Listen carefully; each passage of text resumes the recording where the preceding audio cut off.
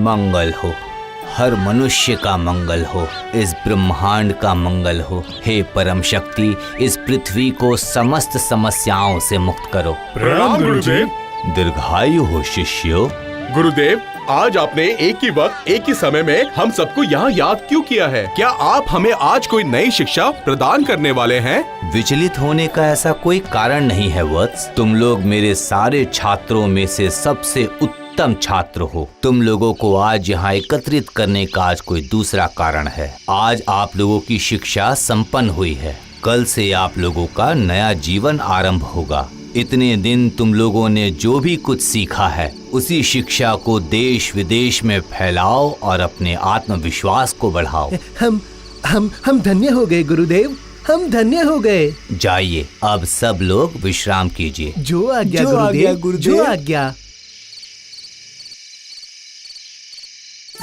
आज मैं इतना प्रफुल्लित हूँ कि मैं आपको बता नहीं पा रहा हूँ। पूरे विश्व में मेरी विद्या के बारे में जो चर्चा करेंगे वो सोचकर ही मैं प्रफुल्लित हो गया हूँ, क्योंकि जहाँ जहाँ पर मैं जाऊँगा लोग मेरी सेवा करेंगे। आप लोग जहाँ जहाँ जाएंगे कृपया मुझे भी वहाँ ले चलिएगा। आप लोगों के साथ रहूँगा तो मैं भी सीखूंगा। पागल है क्या? तुम्हारे पास तो कोई शिक्षा ही नहीं है, तुम्हें हम नहीं ले जा सकते।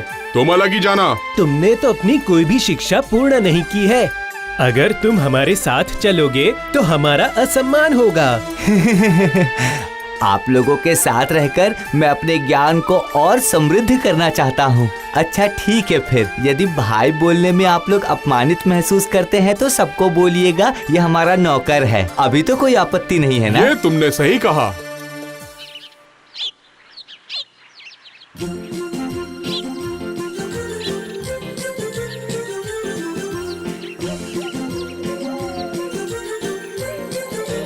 सुनिए भाई, यहाँ थोड़ा सा विश्राम कर लेते हैं। ये आपने उत्तम बात की। अब हमें अपने भोजन के लिए कोई व्यवस्था करनी होगी।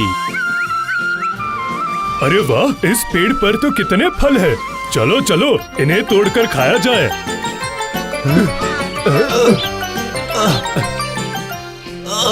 अरे रुकिए रुकिए भाई लोग, रुकिए। इस फल को तोड़ने के लिए मैं कुछ व्यवस्था करता हूँ, बुद्धि लगाता हूँ। ऐसी कौन सी बुद्धि इस्तेमाल करने वाले हो तुम चंद्रकांत? हमें भी तो बताओ। देखो देखो, सारी बुद्धि खर्च मत कर देना।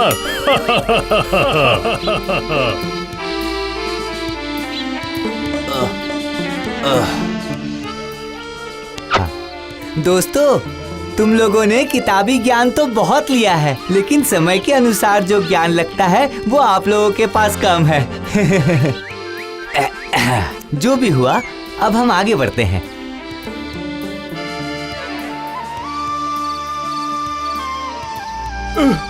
अरे ये जंगल में चल चल के तो हमारे पैर ही दुखने लगे।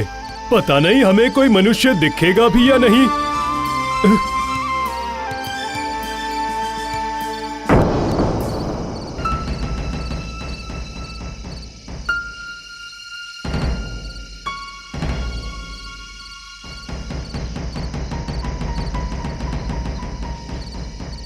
अरे देखिए देखिए, रास्ते में कितने सारे हड्डियों के टुकड़े बिखरे हुए हैं। हाँ सही बोल रहे हो। ये किसकी हड्डी है? यहाँ क्यों पड़ी है?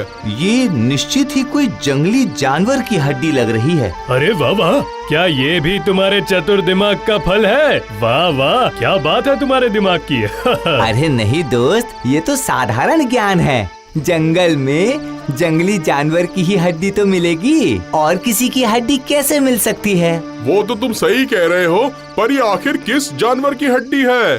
क्या हम किताबी ज्ञानों से ये जान पाएंगे? हड्डियों को देखकर तो ऐसा लग रहा है जैसे ये जंगल के राजा शेर की हड्डी है। मुझे तो ये हड्डी देख के लगता है कि मुझे तो ये हड्डी शियार की लगती है। पता नहीं चंद्रकांत को ये शेर की हड्डियाँ क्यों लग रही है, मैं समझ नहीं पा रहा। इस विद्या का नाम है सजग ज्ञान। ठीक है, ये सब हम कल तय करेंगे। अभी हम लोग विश्राम करते हैं। चलो चलो चलते हैं।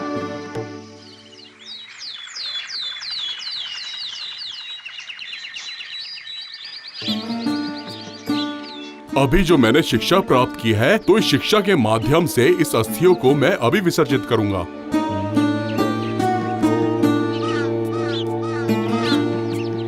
हे गुरुदेव, आपकी दी हुई शिक्षा, ज्ञान, आशीर्वाद व्यर्थ ना जाए।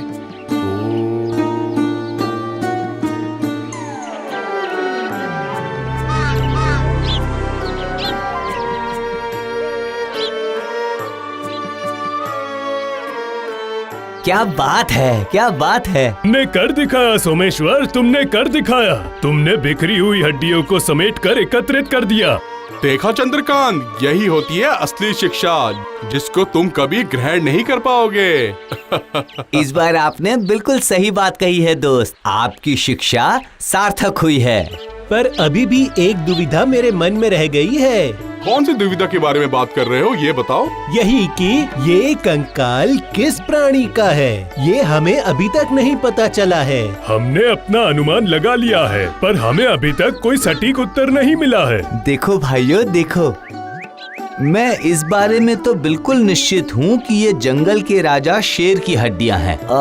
फिर भी इसे निश्चित करना आवश्यक है क्या? बोलो दोस्तों। क्यों नहीं, बताओ। इस विषय के बारे में हमें पूर्ण ज्ञान चाहिए। क्यों, सही कहा ना। तुम्हारी जानने की पूर्ण इच्छा नहीं है, इसीलिए तुम्हारी शिक्षा भी पूर्ण नहीं हो पाई है। ठीक है, लेकिन इसके बारे में हम कैसे सटीक होंगे, बताओ जरा। इसकी जिम्मेदारी तुम लोग मुझे दे दो। वो कैसे? मैंने जो विशेष ज्ञान प्राप्त किया है, उसके जरिए मैं इस कंकाल में मांस और चमड़ा वापस ला सकता हूँ और पता चल जाएगा कि ये कौन सा प्राणी था। ठीक है, तो इस बारे में हम कल सुबह चर्चा करेंगे, ठीक है?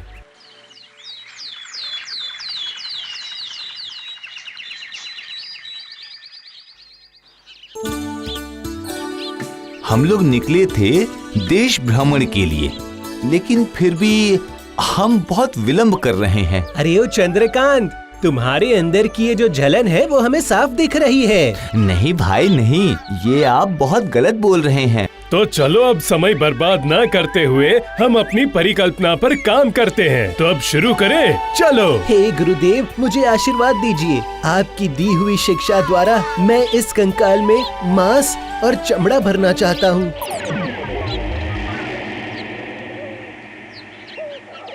बहुत अच्छे, बहुत अच्छे, तुमने ये कर दिखाया वीरबाहु, बहुत अच्छे। इससे आपकी आश्चर्य क्षमता का परिचय मिला। आप धन्य हो, आप धन्य हो, आप धन्य हो, आप धन्य हो। आप बहुत धन्य अच्छे। हैं। चंद्रकांत, तुमने ये सारी शिक्षा ग्रहण नहीं करी तो उसमें चिंता की कोई बात नहीं है। तुम हमारे साथ रहोगे तो सब कुछ सीख जाओगे।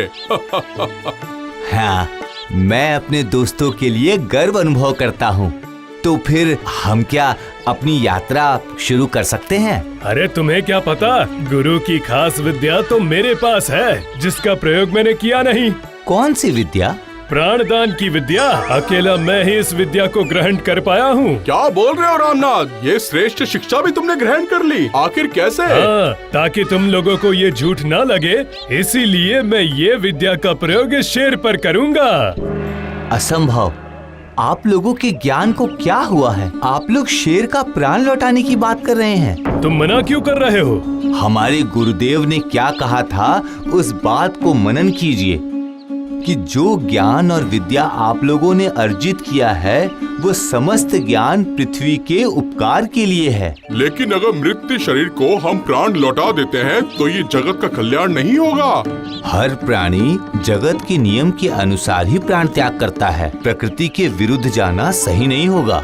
यह उपकार से ज्यादा समस्या आने की आशंका ज्यादा है। नहीं नहीं नहीं नहीं, इस विषय में मैं आपका साथ बिल्कुल नहीं दे पाऊंगा। अरे मूर्ख ब्राह्मण, डरे हुए ब्राह्मण, हम तुम्हारे साथ नहीं रहेंगे, चले जाओ यहाँ से। देखो, तुम लोग मेरे बहुत पुराने दोस्त हो, तो मैं इस तरह तो तुम्हें त्याग नहीं कर पाऊंगा, किंतु मैं तुम लोगों से दूरी बनाए रखूंगा। मैं जा रहा हूँ।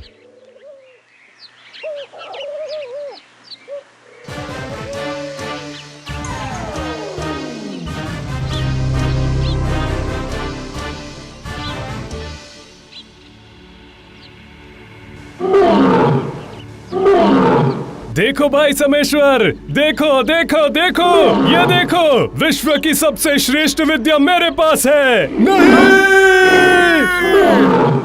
हाय हाय हाय, इसी कारण से मैं डर रहा था। सिर्फ पोथी पढ़ने से ही संपूर्ण ज्ञान नहीं मिलता है, वास्तव बुद्धि का भी प्रयोग करना चाहिए। लेकिन आप लोगों ने मेरी बात नहीं मानी। आप लोग मेरी बात मानते तो ऐसी अवस्था कभी नहीं होती, कदापि नहीं होती।